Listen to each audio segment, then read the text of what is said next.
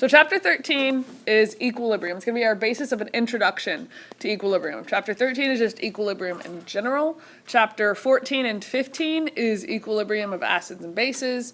And chapter 16 is equilibrium for solubility, so KSP. So we're going to deal with a lot of equilibrium for the next few weeks. So you were supposed to watch this video. Okay, we just watched this one in class. And these are the main points I want you to get from equilibrium. We covered the basis of equilibrium. This shifts that way, that shifts this way last semester. Now we're going to look at the actual what's happening on the atomic level. Make sure you understand the concepts, not just add, away, take, towards. Okay, so if we say something is at equilibrium, that does not mean the reaction has stopped. The forward and the reverse reaction continue to take place, but their rates are equal, so there are no changes in concentrations of reactants or products. So the forward and the reverse reaction continue, but there are no overall changes in reactants or products. So if you were looking at a system that is in equilibrium, you're not going to see more of one thing than another over time. They will stay at the same concentrations. But that doesn't mean the reaction's not continuing. It's just meaning it's going in both directions at an equal rate. So the forward and the reverse reactions are said to be balanced. Example, for the reaction of N2O4 going to and from NO2, for each N2O4 molecule that breaks up to form two NO2 molecules, two other NO2 molecules are combining to form an N2O4 at an equal rate. Both are occurring at the same time, equal rates. So you're not going to see an overall change. That's equilibrium. Okay, this is all going to be happening on the microscopic level, so you won't see these individual molecules reacting. As far as we can see from the outside, it appears that nothing is happening. Okay, we're not seeing an overall change in concentration. All observable properties are constant. Just like in the N2O4 and NO2, a color change is what we see when the reaction's occurring. When it first happens, we see a color change. We're like, obviously, a chemical reaction is occurring. But once we've reached equilibrium, we're still producing brown molecules and producing clear molecules, but they're both happening equally at an equal rate, so we don't see an overall color change. So these observable properties are not changing at equilibrium. Okay? So this will include the concentrations, the total pressure, the color, the temperature, etc. All those outside properties, things you observe. If no changes are made in conditions and nothing is added or taken away, the system at equilibrium will remain that way forever. There's nothing making the molecules push more in one direction versus another. Okay, this is a continual, forever thing. Okay, now notice the things that would have to change, which means in opposite, these are the only things that change equilibrium. Okay, if we add or take something away, or if we change our temperature, okay, if we change the conditions, those are going to be the ways we're going to change equilibrium. So you either need to add or take something away, or you need to change the conditions. Okay, change the volume, changing pressure, okay, changing concentration, or changing temperature. Here are a couple of other things to consider about the basics of equilibrium. Changing the temperature can alter the rates of the reaction. This could throw off the balance. So for a system at equilibrium, the temperature must remain constant and uniform throughout the system. Letting material into or out of a system will affect the rate, so a system at equilibrium must be in a closed system. Okay, a closed system, literally picture a lid. Okay, it's got to be something sealed because gases are really important. Okay, I know in your day-to-day life, gas just kind of exists all around you, but when we're talking about chemicals, especially concentration of chemicals, we're going to have to keep those gases in this certain area. Okay, so a system is the place where the reaction is occurring. This must be closed, nothing coming in or out. Again, consider the equilibrium reaction of N2O4 going to and from NO2. In this example, we had started with pure N2O4 and no NO2. The forward reaction rate had a high at the start. Obviously it's going to be high. There is none of this. There's none of this to occur in the reverse. So we have a high direction in the first, but the reverse reaction rate eventually caught up and the rates became equal and equilibrium was established.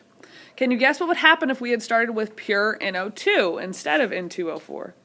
The reverse rate would start high and the forward rate 0. In time, the forward rate would catch up. These rates would become equal. Again, equilibrium would be established, as long as this was a closed system.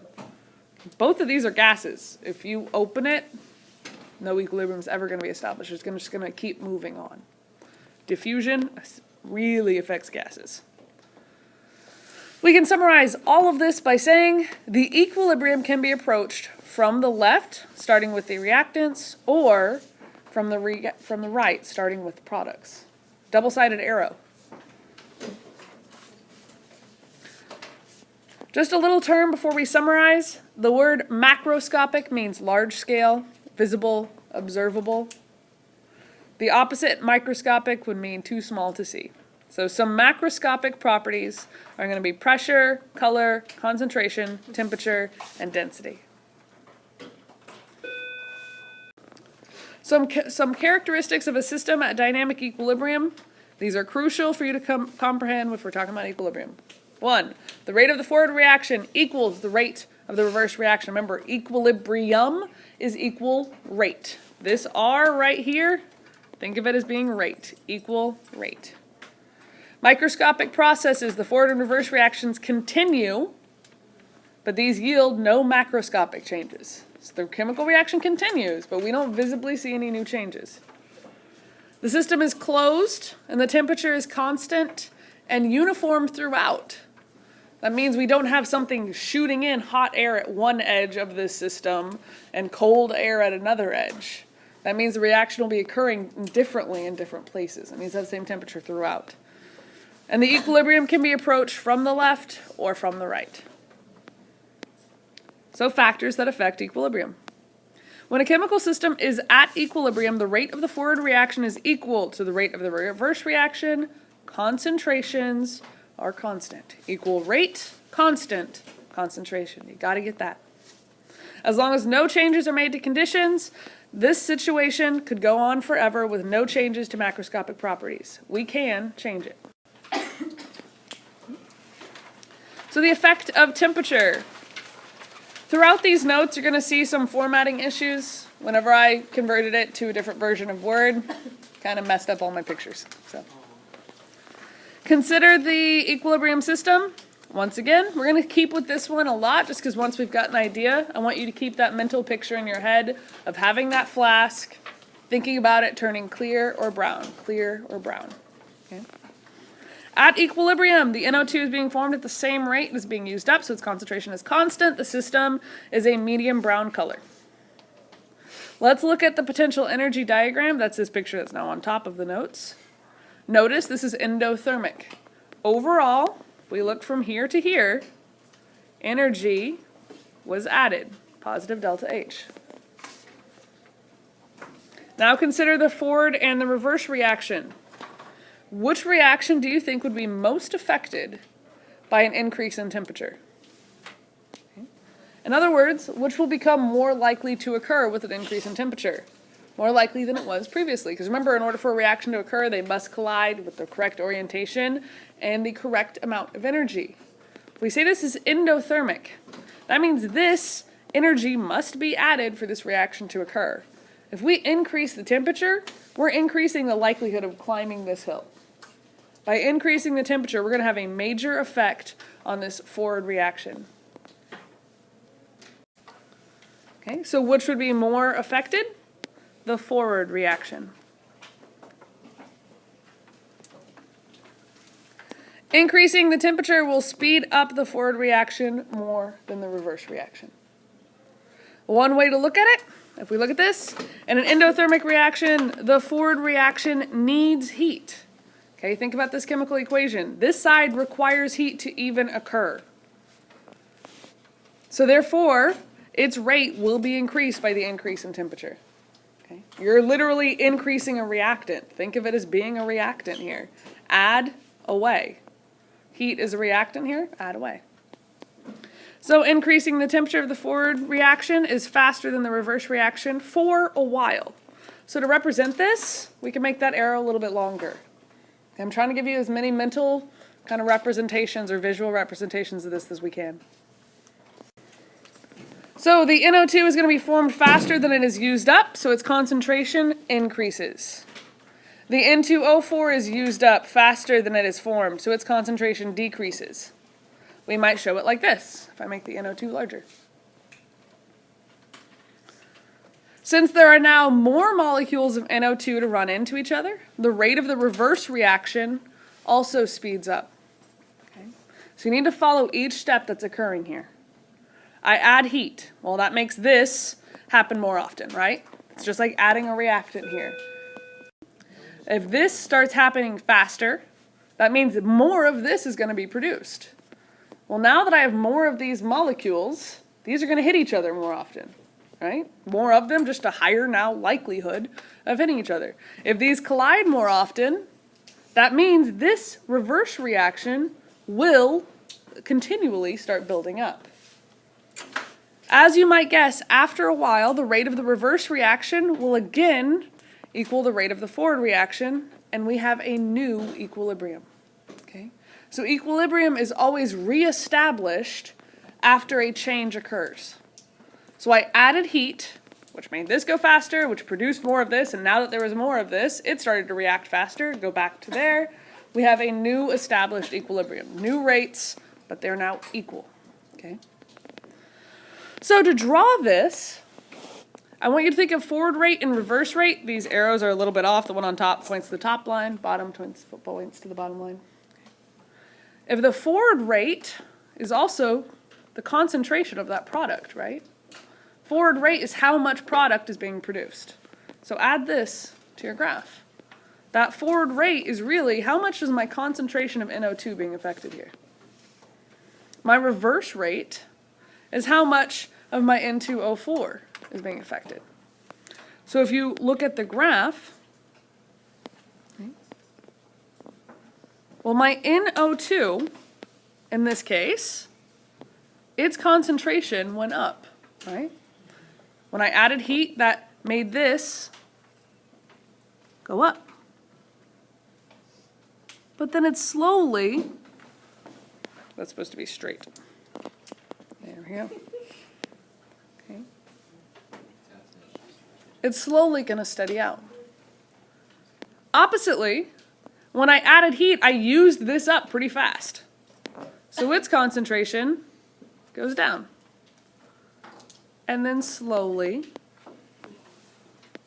balances out.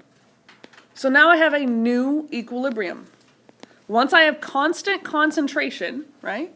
I have two requirements for equilibrium. Equal rate, constant concentration. So we have a new established equilibrium. We're going to spend a lot of time looking at these graphs. The forward rate was faster than the reverse rate for a while, increasing NO2 and decreasing N2O4. But the reverse rate was never faster than the forward rate, even though it finally caught up. Okay?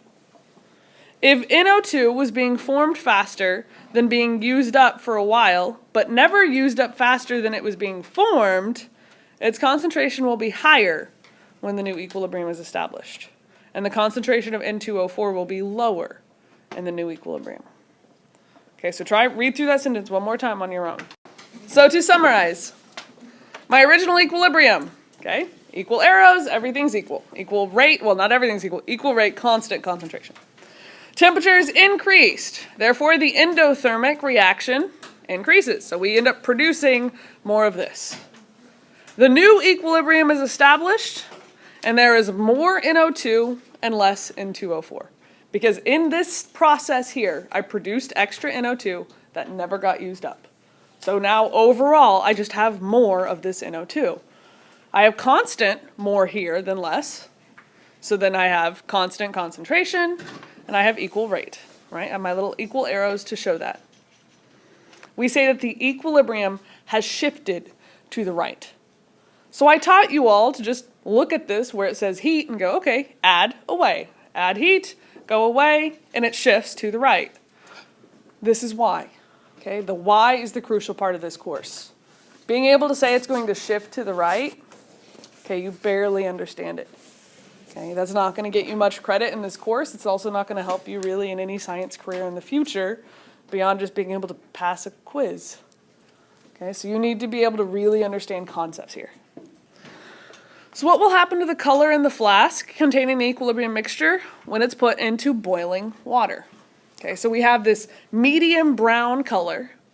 I put this flask, remember that mental picture of the flask? I put it into boiling water. Well, I say that I will get a new equilibrium eventually, but in creating this new equilibrium, there was a shift of concentration to produce more NO2, which means the color inside that flask should get darker. Okay? We've produced more brown. This constant concentration will now have more NO2. It will now be more brown.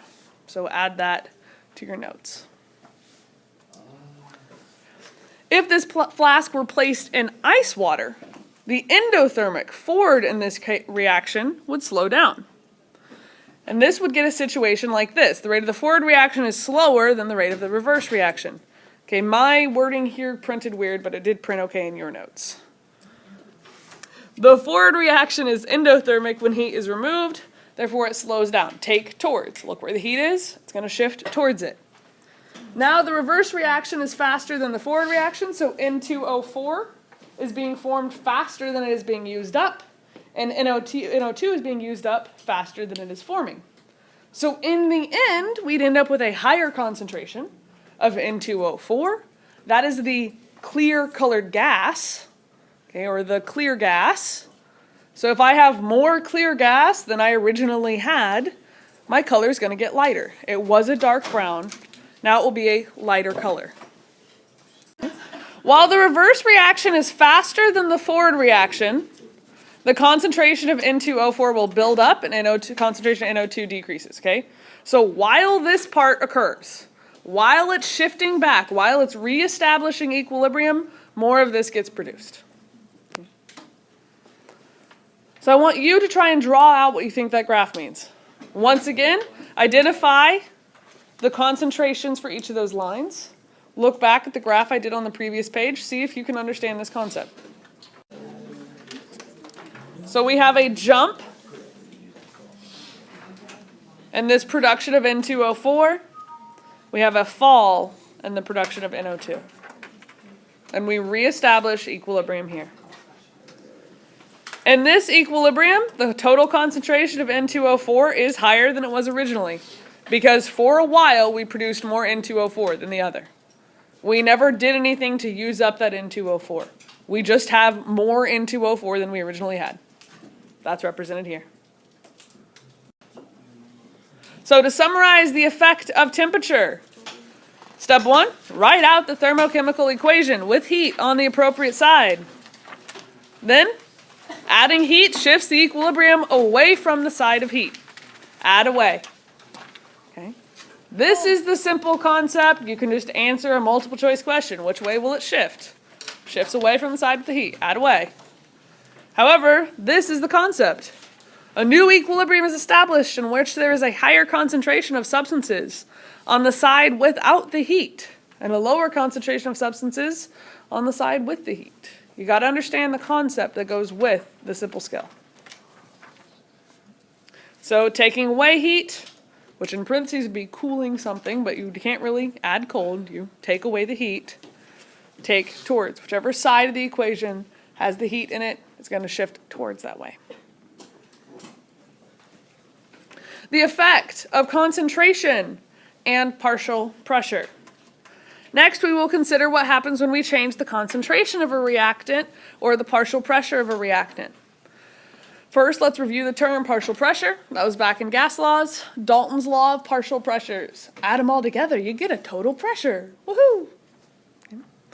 When you have a gas mixture, the pressure, which is force on surroundings, exerted by total molecules of one gas in a mixture, is called its partial pressure. So the more of that gas you have, the greater its partial pressure. For example, in a certain gas mixture containing NO and CO2, the partial pressure of NO is 40 kPa Partial pressure of CO2 is 60. We get a total pressure of 100 kPa. If I add some NO into this, its partial pressure is going to go up. So by adding more of these things are going to hit things more often, right? Add more NO hit things more often, therefore its partial pressure goes up, and we have a higher partial pressure. Since a higher partial pressure results from putting more of a certain gas in at the same volume, it's really just another way of saying concentration. So there are different quantities and there are different units. However, from now on, when we mention partial pressure changes, they will have the exact same effect as concentration changes. Okay? Adding or subtracting a gas does the exact same thing to concentration as it does to partial pressure. So if I consider the following system at equilibrium, CO2 plus NO makes CO and NO2. Of course, at equilibrium, the rate of the forward equals the rate of the reverse. Let's all of a sudden add some CO2. The container, therefore, we're going to be increasing the concentration of CO2, which increases the partial pressure of CO2, whichever one you want to say. I increase this, so I make it written bigger. Since the CO2, which is a reactant, is now higher, there will be more chances of a collision between these two. Therefore, the forward reaction will speed up. I represent that with a longer arrow. This will cause the concentration of CO and NO2 to increase, and the concentration of CO2 and NO to decrease. Okay. Because I had more of this reaction occurs more often. That produces more of this. I can represent that by writing it bigger. Because CO and NO2 have increased, the rate of the reverse reaction will therefore speed up. Now that I have more of these, this reaction will occur more often, and that will equalize that rate. Okay? This rate will eventually increase. Now that I've produced more of it, this rate increases to compensate back. Because CO and NO2 have increased, this reaction increases back. When the rate of the reverse reaction is again equal to the rate of the forward reaction, we have a new equilibrium. Okay? So I can represent my arrows again. To see the overall change, we look at what did I do to the size of those letters. In this new equilibrium, the concentration of CO and NO2 will be higher than they were originally. Right? This production of more CO and NO2 here makes overall we have more of this than there was before. This will be lower than it was before. In this case, the equilibrium has shifted to the right. Well, if we do our add away, we get the exact same thing. Okay? If I add CO2, add away, I produce more of this. You got to understand the steps behind it now. No, remember, we added some CO2. In the new equilibrium, the concentration of CO2 is less than after we added it. But it doesn't quite go down to the level it was before we added any. Okay?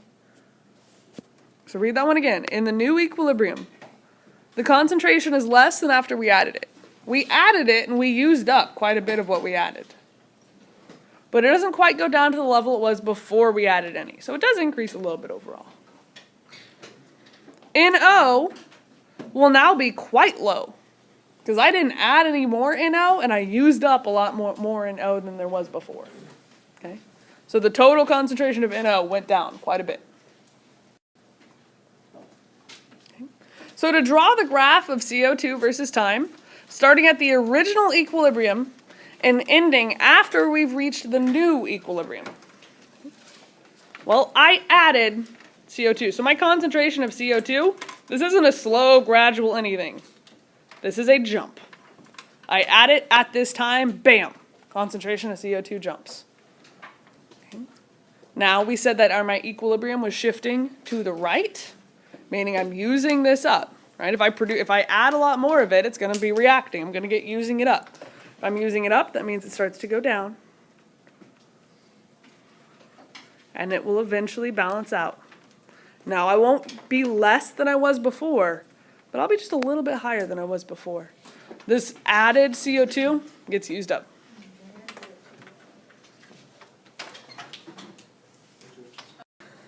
So the effect of changing volume of the container on total pressure. So remember, from gas laws, pressure and volume have an inverse relationship. So as pressure goes up, volume goes down, vice versa.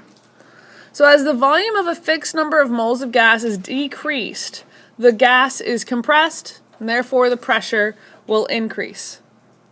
Let's consider the equilibrium of 2NO2 and N2O4. Let's say that for some reason we have two molecules of this in this set volume. These move around randomly, colliding with the walls, and that would be its measured pressure. Now suppose we were to completely convert these two molecules into one molecule of N2O4. Well, we only have half the number of molecules, and therefore only half of the amount of hits on the sides of the container, which means the pressure will be half. We only have one molecule instead of two, which means the greater number of moles or molecules of gas in a particular volume, the greater the pressure. So if we apply this to equilibrium, let's go back to the original problem. Let's say we have this system in a syringe and we quickly decrease the volume by pushing the plunger in. Recall, decreasing the volume is the same thing as increasing the pressure. Initially, the color will go darker because everything, including the NO2, gets compressed. Okay, they're going to be in a more dense area, so you looking at it will look darker. However, when you increase the pressure on something, there is a natural tendency for the system to do anything it can to offset that increase. So we have a natural tendency to counteract or offset that increase. For example, if I squish a balloon in one part, the air will squish out in another part, or the balloon will pop. Either one is done to compensate that pressure. When we increase the pressure on this reaction, it can offset it by converting more NO2 into N2O4. We just looked and saw that N2O4 ends up with a lower pressure. So in other words, by shifting to the side with less moles of gas, if we look at the coefficients, this shift to the right is going to use up some of the brown NO2, converting it into colorless N2O4. So what we end up with at the end is it will look lighter again, because we're actually going to end up using up some of that brown in order to shift to the fewer molecules to the sides with fewer moles of gas. So to summarize the effect of changing volume and pressure, you write out the equation and you identify which side has more moles of gas. You're going to do these problems at the top for your homework. So the effects of a catalyst. Consider this equation. Adding a catalyst to this system would decrease the activation energy. It decreases the activation energy, it provides a different route or a mechanism, or somehow enables it to require less activation energy. Using a catalyst will decrease the activation energy for the forward and for the reverse reaction by the same amount. This means the forward reaction will speed up, but so will the reverse. Which means instead of creating a new equilibrium, it doesn't do anything to the equilibrium. We'll still have equal rate. Equilibrium is equal rate. It's just equally as fast on both sides. And imagine back to that water demo experiment I did with the big beakers of water and two people dumping the water. If they both still have the exact same beakers and they both just keep going faster, the equilibrium stays the same. Those constant concentrations still stay. They're just both moving faster.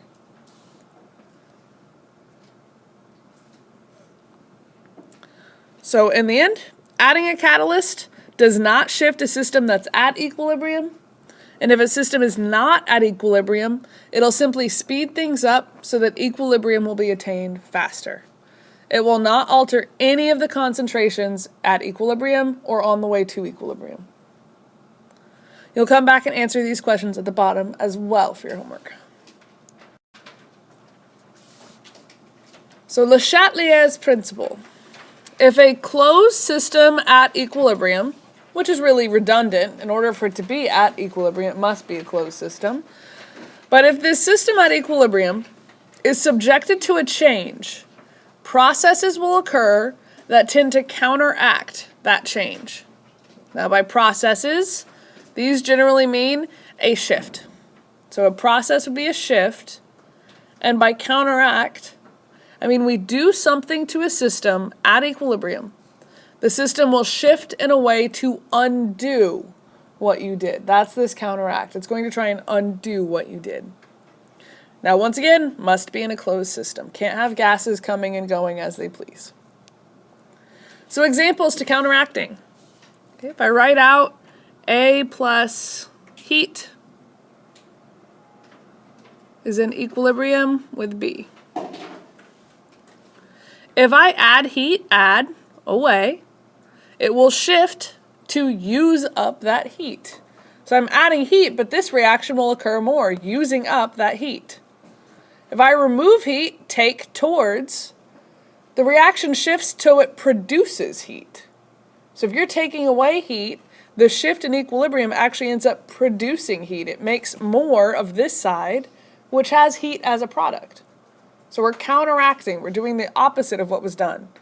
If I increase the concentration of something, if I increase A, add away, it's going to shift in a way that decreases A.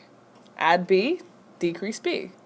If I take away A, it's going to shift in a way to replenish that A. It's all a counteract. Same thing with pressure. Moving to and from the sides with more moles of gas is just another way to compensate that change in pressure. So now let's bring up that little k we talked about with kinetics. I don't want him to get confused when we're talking about equilibrium. Okay, remember the little k from kinetics? That was our rate constant. What effect does all this shifting have on it? Well, shifting equilibrium and the rate of a reaction. Just a little note here about the difference between the rate of a reaction and equilibrium shifts. First, a shift to the left means that once we're at this new equilibrium, we're going to have more reactants and less products. It does not say anything about the rate of the reaction. If I'm saying I'm getting a new equilibrium, that means I'm getting equal rates. I didn't affect the rate of the reaction. All I did was shift it. I shifted my concentration balance. Rate of the reaction's not affected. For example, if I consider this reaction, if the temperature of the system is increased, add away, it's going to shift to the left. This does not mean that the rate will be slower. It simply means that a new equilibrium will be reached that has more A and B and less C. In fact, as we might recall, increasing the temperature always increases the rate. More molecules have the minimum energy necessary for an effective collision. So increasing the temperature just causes equilibrium to be reached faster. I'll do number 1 with you. You'll do number 2 for homework. So in this reaction, increasing the temperature will increase the rate of the reaction. Increasing the temperature always increases the rate. The rate of both the forward and the reverse. Doesn't matter which rate. By doing that, the rate constant will also increase. They're proportional. If I increase the temperature, that increases the rate, which increases little k. Increasing the temperature, add away, will cause the equilibrium to shift to the right. Decreasing the temperature always decreases the rate of the reaction, which will always decrease little k. However, in this similar reaction, or in this specific reaction, decreasing the temperature take towards is going to shift it to the left. So these are independent concepts of shifting and rate. So make sure you keep those straight. Okay. So notes on graphs involving Le Chatelier's principle. Number 1, we have temperature change. When a system adjusts due to a temperature change, there are no sudden changes in concentration of any species, so there are no vertical lines. If you remember back to page 5, when we showed that a change in concentration created this nice jump, well, temperature doesn't have a sudden change in concentration, so we're not going to have any vertical lines for temperature. In fact, make sure you highlight or indicate that, because we're going to be comparing all of these and what they do to the graph. So there are no vertical lines for a temperature change. So given this equilibrium, we're going to start with a certain concentration of each. It says 3 and 1, just randomly. At 2 minutes, so right here, the temperature is increased. We know that Le Chatelier's principle, which I'm going to shorten with LCP from here on. We know that from there, equilibrium of this will shift to the right. Y will add away. During this shift to the right, N2O4 will decrease and NO2 will increase. This is not instant, but it takes place gradually until a new equilibrium is established. We'll know we've reached a new equilibrium when we have 2 straight constant lines. So it is also very important to note that for every 1 mole of N2O4, so for every one of these that's consumed, we're going to be producing 2 of these, right? A 1-to-2 ratio. That should be evident in our change in concentration as well. So the graph below shows what happens before, during, and after the temperature increase and the resulting shift. So I start here. I have my constant concentration, so I know I'm at equilibrium. Something occurs, we can tell something occurs because we see a change. We were told exactly what it was. Our temperature increased. When my temperature increased, looking at my equation, I can tell that I shifted towards producing NO2.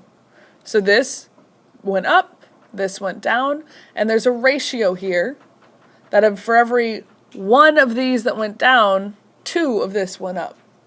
That needs to be evident in your graphs. Make sure you have those mole ratios taken into account. So make sure you read through all this and you fully understand it before you move on. Notice that an increase in concentration looks like this. It happens pretty rapidly. It's not a straight line. Happens pretty rapidly and then teeters out. A decrease happens pretty rapidly and then teeters out. That teetering out, that becoming constant, is when we're going into equilibrium. Now it's your turn. Complete the graph showing the changes that would take place if originally N2O4 was this, NO2 was this, and the temperature is suddenly decreased. Draw it so that the new equilibrium is going to be achieved at time 4 minutes. So if my temperature was decreased, well, I have a take towards, so I'm going to have a shift to the left. If I shift to the left, the concentration of N2O4 should increase, the concentration of NO2 should decrease, and I need to keep those mole ratios into account. So I have my original equilibrium, everything's straight. My N2O4 is going to increase gradually and then teeter out once we hit the point of equilibrium. And I'll make that a little bit more straight. Okay, should be straight. Now for my NO2, it's going to decrease, but it needs to decrease twice as fast because for every 2 of these that gets used up, it produced 1 of those. So I decrease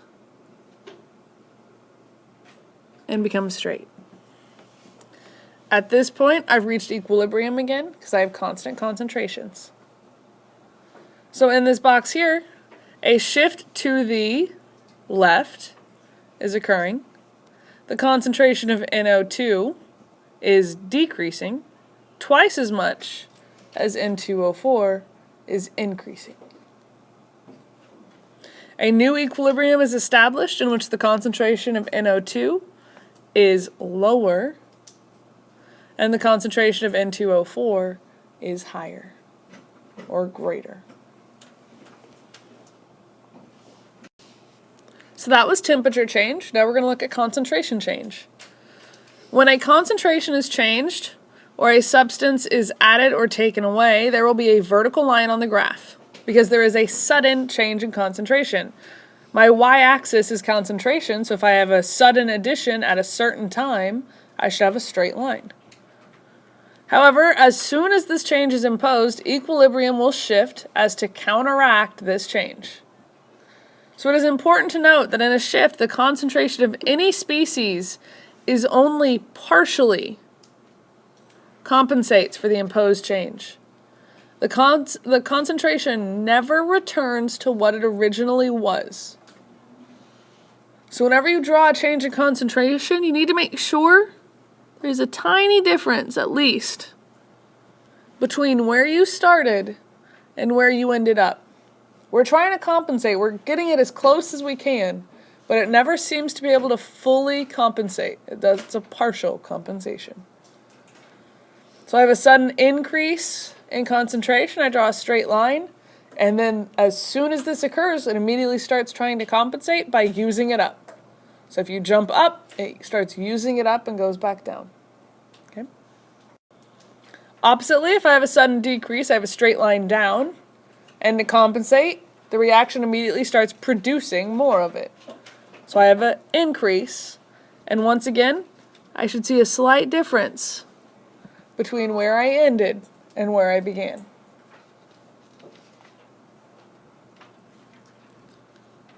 Again, the extent of increase or decrease in concentration of a substance during this shift is proportional to the coefficients of the substances.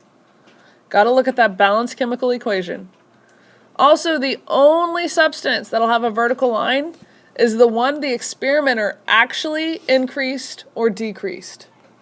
The only time you can have a straight line is if something was physically added or physically taken away. So given this equilibrium, let's say we start at 3 and 1 again, and the temperature is going to be held constant this time. At 2 minutes, we're going to inject NO2. So I'm going to have a drastic jump at 2 minutes.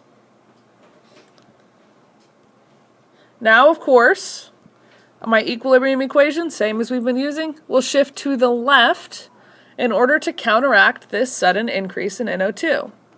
Thus, the concentration of NO2 will decrease, the concentration of N2O4 will increase, but only half as much as the concentration of NO2 decreases because of this 1-to-2 coefficient ratio.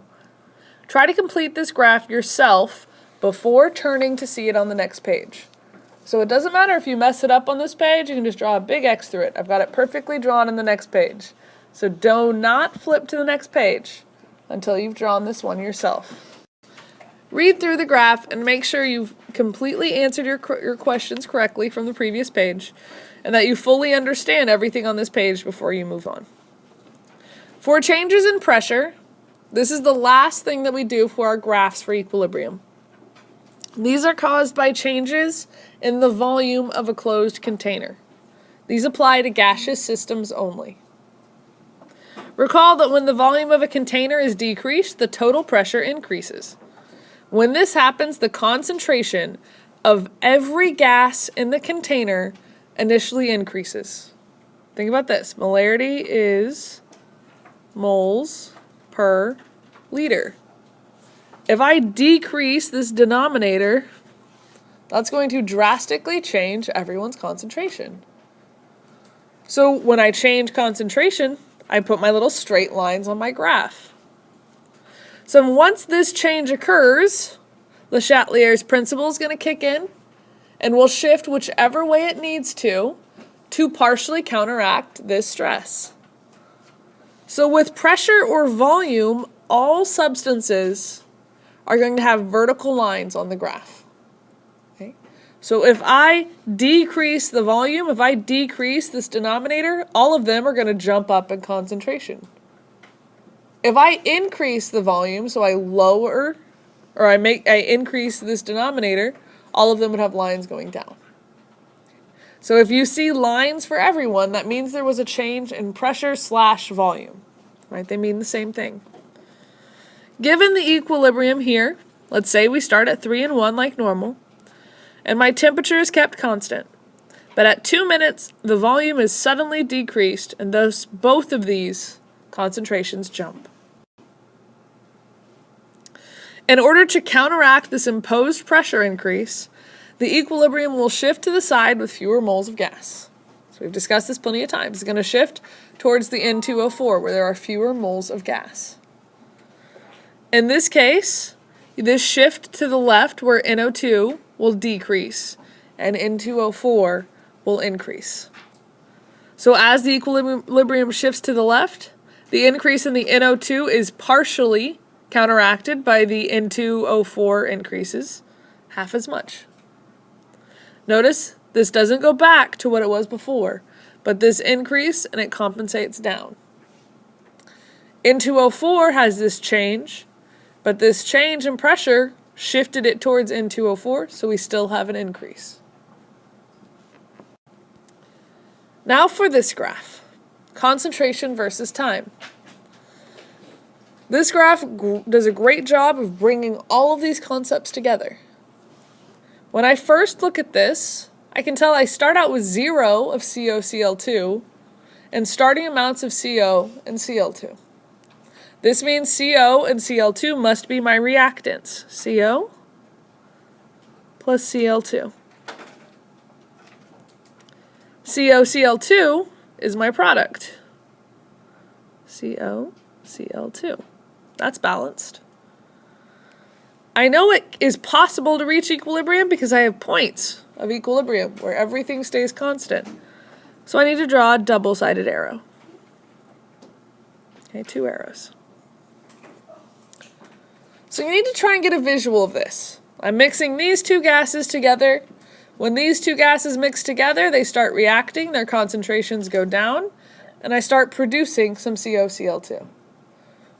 Everything is a 1-to-1 ratio, and you can see that. All of these changes seem to be in the same increments. Now at this point, from here to here, everything, all my concentrations are constant, therefore we're at equilibrium. However, right here at about 16 minutes, something happens, disturbance A. You need to identify what that is. Well, I only have a change in concentration for one substance. Okay, anytime we see a straight line, that means a change in concentration. So you need to identify that and explain your answer for how you knew what this disturbance was. At disturbance B, we see 3 straight lines. Having all 3 have straight lines is significant to identify this disturbance. And for disturbance C, there are no straight lines. So you need to be able to identify what disturbance occurred there and explain it as well. Now for capital K. So our rate constant was that lowercase k. For equilibrium, it also has a constant, and it is the capital K.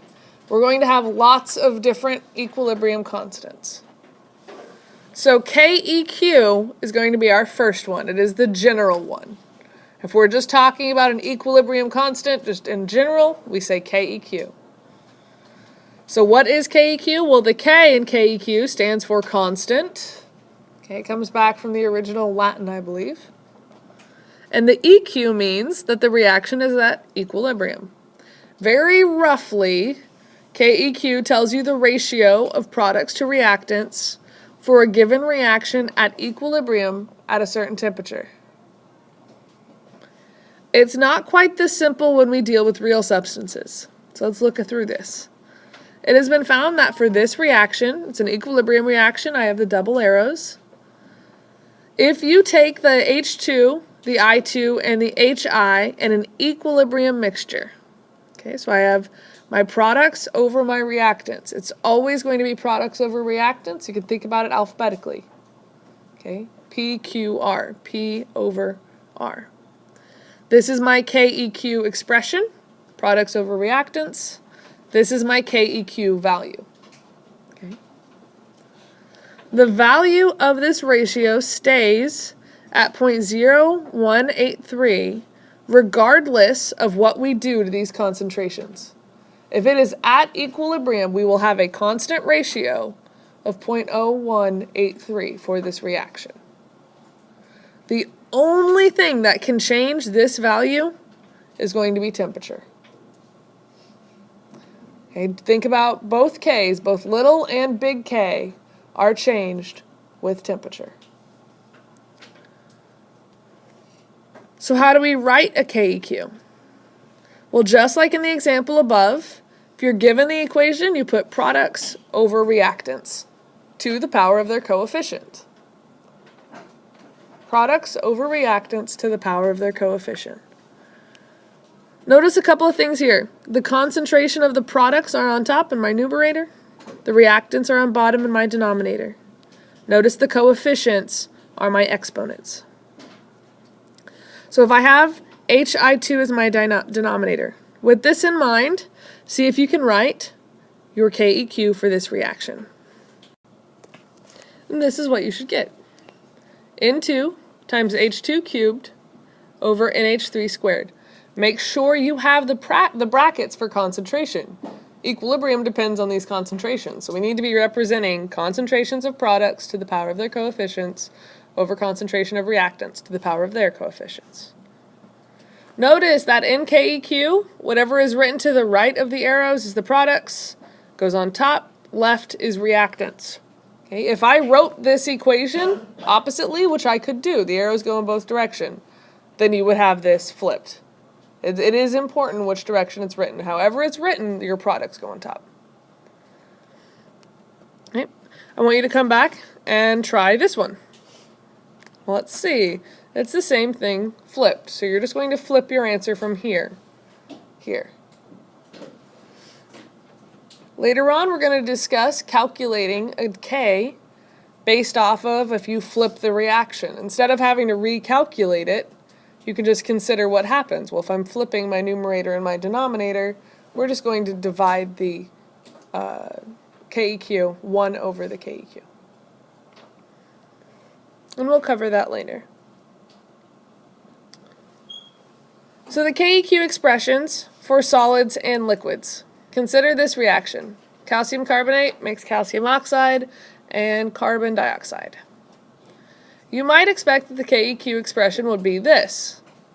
CaO solid, CO2 gas, over CaCO3 solid.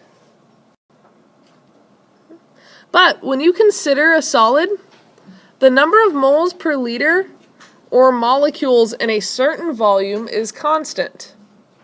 Okay, whatever this volume is, my moles per liter is going to be constant. The molecules everywhere in the solid are about the same distance apart. So therefore, a concentration of a solid is always constant.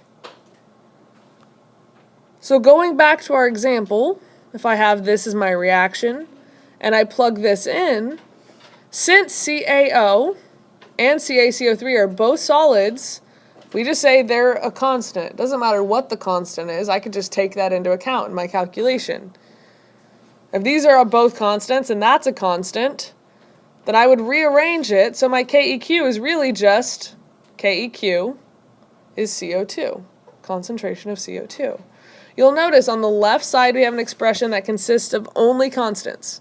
Chemists simply combine all these constants on the left and call it the equilibrium constant. So the constant you are given for each reaction already takes solids and liquids into account. So therefore, your KEQ expression would just be KEQ equals the concentration of CO2. Bottom line, when we write a KEQ expression with solids, we just leave them out. You don't have to put them in your equation. They've already been brought into account. Liquids also have a very, very constant concentration. They don't expand or contract. Therefore, when we write the KEQ expression that has solids or liquids or both, we simply leave them out. Okay? That means the only things that go into your KEQ expressions are your gases and your aqueous solutions. These do undergo concentration changes, and therefore they must always go in your KEQ. Okay. So try the following one. Given this, write out its KEQ. Only use gases and aqueous solutions.